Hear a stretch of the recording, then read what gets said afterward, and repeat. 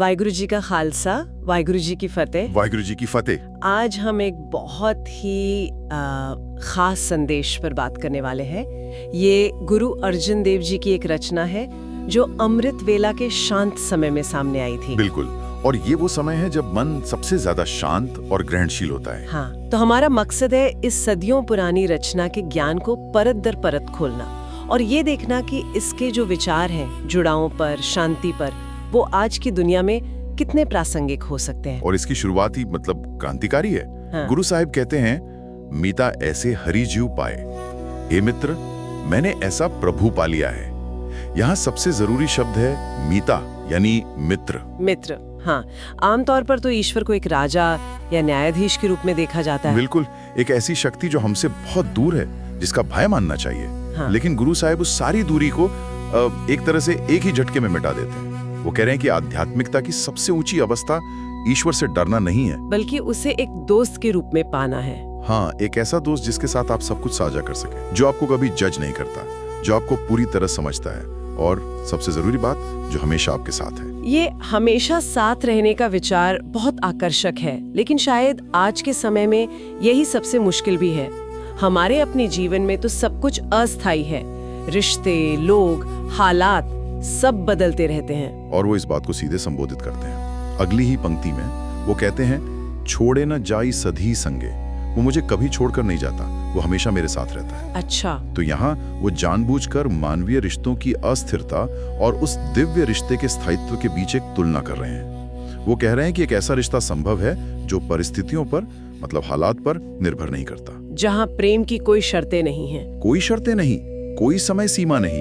ये एक ऐसा मनोवैज्ञानिक लंकर है जो जीवन के तूफानों में इंसान को स्थिर रख सकता है। जब आपको पता हो कि एक सहारा है जो कभी नहीं हटेगा, तो आप बाहरी दुनिया की अनिश्चितताओं का सामना ज्यादा हिम्मत से कर सकते हैं। ठीक है, तो ये विचार कि एक स्थायी बिना शर्त वाला मित्र मौजूद है, ये मानसिक शांति का आधार है, लेकिन ये कनेक्शन बनता कैसे है? क्या ये सिर्फ मान लेने की बात है या इसका कोई रास्ता भी है? ये बहुत जरूरी सवाल है और गुरु साहिब इसका जवाब भी देते हैं।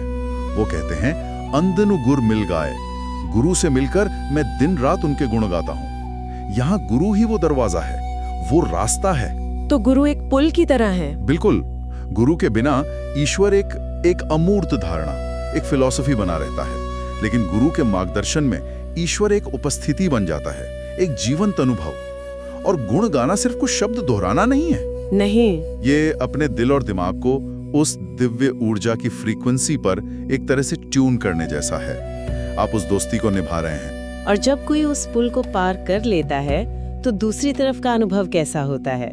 गुरु अर्जन देव जी उस मिलाप के एहसास को कैसे समझाते हैं? वो इसका वर्णन बहुत खूबसूरती से करते हैं। वो कहते हैं, मिलियो मनोहर सर्ब सुखैना, मैं उस मन को मोह लेने वाले से मिला जो सारे सुखों का दाता है। मनोहर यानी मन को हर लेने वाला। हाँ, कैप्टिवेटिंग। ईश्वर को यहाँ कोई प्रॉब्लम सॉल्वर नहीं कहा गया, बल्कि उसे मन को मोह लेने वाला कहा गया है। ये एक गहरा मनोवैज्ञानिक सत्य है। हमारा मन हमेशा भागता रहता है, क्योंकि उसे कोई भी चीज पूरी तरह से संतुष्ट नहीं कर पाती। सही कहा। आज की दुनिया में तो ध्यान भटकाने वाली इतनी चीजें हैं। बिल्कुल, स्मार्टफोन, सोशल मीडिया, अंतहीन सूचना। लेकिन जब मन को कुछ ऐसा मिल जाता है जो सचमुच मनोहर हो, तो उसकी भाग दौड़ अपने आप शांत हो जाती है। चिंता, भविष्य की योजनाएं, अतीत का पछतावा, ये सब शोर उस मनोहर की उपस्थिति में फीका पड़ जाता है। और दूसरा शब्द था सर्व सुखैना, यानी सभी सुखों का दाता। तो क्या इसका मतलब ये है कि जीवन की सभी समस्याएं खत्म हो जाती? नहीं, इसका ये मतलब नहीं है कि चुनौतियां नहीं आएंगी। सर्व सुखैना का अर्थ है आंतरिक अवस्था का सुख, एक ऐसा सुख जो किसी चीज के मिलने या न मिलने पर निर्भर नहीं करता। और ये कितना बड़ा सुख है, इसे समझाने के लिए गुरु साहिब एक बहुत साहसिक बयान देते हैं। कौन सा? वो कहते हैं, अनेक अनेक भांति बहु पेखे, मैंने कई तरह के आकर्षण देखे हैं। मतलब मैंने सफलता देखी है, प्रसिद्धि देखी है, रिश्ते देखे हैं, दौलत देखी है। और ये बात वो व्यक्ति कह रहा है जो उस समय के समाज में एक बहुत सम्मानित पद पर थे। तो ये कोई खोखला दावा नहीं है। बिल्कुल नहीं, ये उनके जिए हुए अनुभव का निचोड़ है। और इन सब आकर्षणों को देखने के बाद उनका निष्कर्ष चौंकाने वाला है। वो कहते हैं प्रिया रोम न समसरी लाए, कि उन सभी सांसारिक आकर्षणों को मिलाकर भी वे मेरे प्रियतम के एक बाल के बराबर भी नहीं है। हाँ, ये दुनिया का अपमान नहीं है, ये एक गहरी स्पष्टता है। जब आपने हीरे की चमक देख ली हो तो कांच के टुकड़े आपको आकर्षित नहीं कर सकते। ये उस अंतहीन दौड़ से मुक्ति की घोषणा है। ये एक बहुत बड़ा बदलाव है। मतलब आमतौर पर हम ईश्वर को अपनी सूची में एक और चीज की तरह जोड़ते हैं, अच्छा करियर, अच्छा परिवार और थोड़ी आध्यात्मिकता। सही कहा, लेकिन यहाँ गुरु साहिब कह रहे हैं कि ईश्वर विकल्पों में से एक नहीं है, वो स्रोत है। और जब आप स्रोत से जुड़ जाते हैं तो बाकी सब कुछ अपना सही स्थान ले लेता है। तो इसका किसी व्यक्ति के जीवन पर क्या प्रभाव पड़ता है? उसकी खोज का क्या होता है? उसकी खोज समाप्त हो जाती है। गुरु साहिब कहते हैं त्यागी निकटहूं जाए, वह आत्मा फिर उसे छोड़कर कहीं और नहीं जाती। ये आध्यात्मिक विंडो शॉपिंग का अंत है। हाँ, हम हमेशा एक बेहतर विकल्प की तलाश में रहते हैं। बिल्कुल, लेकिन जब ये वास्तविक मिलाप होता है तो आत्मा को वो मिल जाता है जिसकी उसे जन्मों जन्मों से तलाश थी। ये घर पहुंचने जैसा है।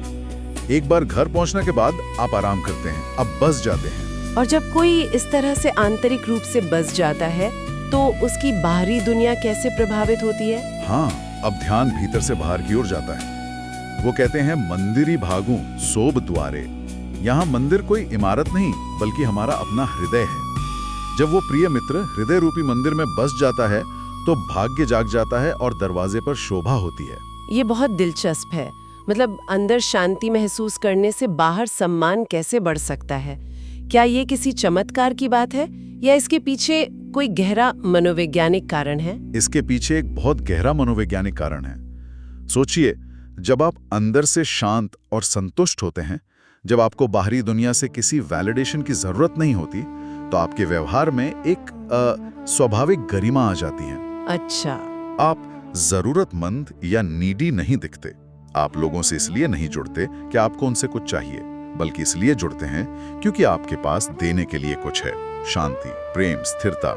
इस तरह का आत्मविश्वास स्वाभाविक रूप से सम्मान को आकर्षित करता है। तो ये शोभा कोई मांगी हुई चीज नहीं है, ये उस आंतरिक स्थिरता का एक स्वाभाविक नतीजा है। बिल्कुल, ये आपकी वाइब को ही बदल देता है। और इस आंतरिक अवस्था की प्रकृति क्या है? गुरु साहिब एक बहुत ही रहस्यमयी पंक्ति का उपयोग करते हैं। हाँ, और ये शायद इस पूरे संदेश का सबसे गहरा हिस्सा है। वो कहते हैं अनहत रुणु झुनु लाए।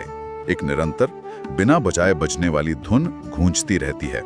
इसे अनहत नाद या अनस्ट्रक मेलोडी कहते हैं। ये कानों से सुना जाने वाला संगीत नहीं है। नहीं, यह आत्मा की शांति का संगीत है। इसे ऐसे समझिए कि जब कोई मशीन बिल्कुल सही ढंग से काम कर रही होती है तो उसमें से एक स्थिर शांत हमिंग की आवाज आती है। ये शोर नहीं होता। अनहत नाद उसी तरह हमारे अस्तित्व के सही सुर में होने का संकेत है। तो ये वो संगीत है जो तब सुनाई देता है जब मन का सारा शोर थम जाता है। बिल्कुल, एक स्थायी पृष्ठभूमि संगीत जो हमेशा चलता रहता है। और ये तभी संभव है जब वो प्रियतम, वो मित्र भीतर स्थायी रूप से बस जाए। और इसी विचार के साथ गुरु साहिब इस संदेश को समाप्त करते हैं। हाँ, वो एक अंतिम शक्तिशाली छवि देते हैं। गृह प्रिय थीते सत्थायन। प्रियतम घर में स्थायी रूप से स्थापित हो गए हैं। गृह यानी हमारा हृदय, और स्थायी रूप से स्थापित का मतलब है कि अब कोई शक नहीं, कोई खोज नहीं, कोई सौदा नहीं। इसका मतलब है कि हृदय ने भागना बंद कर दिया है, मन ने दुनिया के पीछे भागना बंद कर दिया है, और आत्मा ने ईश्वर से सौदाबाजी करनी बंद कर दी है। ईश्वर अब बाहर कहीं खोजने की चीज नहीं रह गया है, वो यही है भीतर। जीवन में कर्तव्य अभी भी हैं, दर्द आ सकता है, लेकिन केंद्र वो नहीं हिल सकता। यही वास्तविक आध्यात्मिकता है। तो अंत में ये पूरा संदेश हमें एक यात्रा पर ले जाता है। ये हमें बताता है कि कैसे हम ईश्वर के बारे में अपने विचार को एक दूर के शासक से बदलकर एक करीबी दोस्त में बदल सकते हैं। और फिर उस दोस्ती को निभाने का रास्ता भी दिखाता है जो गुरु के मार्गदर्शन में प्रेम और गुणगान का है। और फिर यह हमें उस दोस्ती के नतीजों को दिखाता है। एक मोहित मन, एक स्थायी शांति और एक निरंतर बचने वाली दिव्य धुन। ये हमसे किसी जटिल कर्म कांड की मांग नहीं करता। नहीं, ये बस एक गहरे ईमानदार रिश्ते की मांग करता है। और शायद आज के लिए सोचने की बात यही है। ये संदेश हमें बताता है कि परम अवस्था स्थिर हो जाने की है, बस जाने की है। लेकिन हमारी आधुनिक संस्कृति हमें इसका ठीक उल्टा सिखाती है। हाँ, हमें हमेशा आगे बढ़ने और ज्यादा हासिल करने के लिए प्रोत्साहित किया जाता है। सेटल होना तो एक बुरी बात मानी जाती है। बल्कि एक ऐसी आंतरिक जगह खोजना है जहां हम आखिरकार घर पहुंच सकें और बस सकें। एक ऐसी जिंदगी कैसी दिखेगी जो और ज्यादा की तलाश पर नहीं, बल्कि यही काफी है कि गहरी संतुष्टि पर आधारित हो। आज गुरु अर्जन देव जी हमें याद दिलाते हैं कि किसी को भी अकेला या अधूरा महसूस करने के लिए नहीं बनाया गया था। हर किसी को उस स्थायी मित्र के साथ रहने के लिए बनाया गया था। उसे खोजें, उससे मिलें, और एक बार जब आप ऐसा कर लेंगे तो वो आपको कभी नहीं छोड़ेगा। वाहिगुरु जी का खालसा, वाहिगुरु जी की फतेह।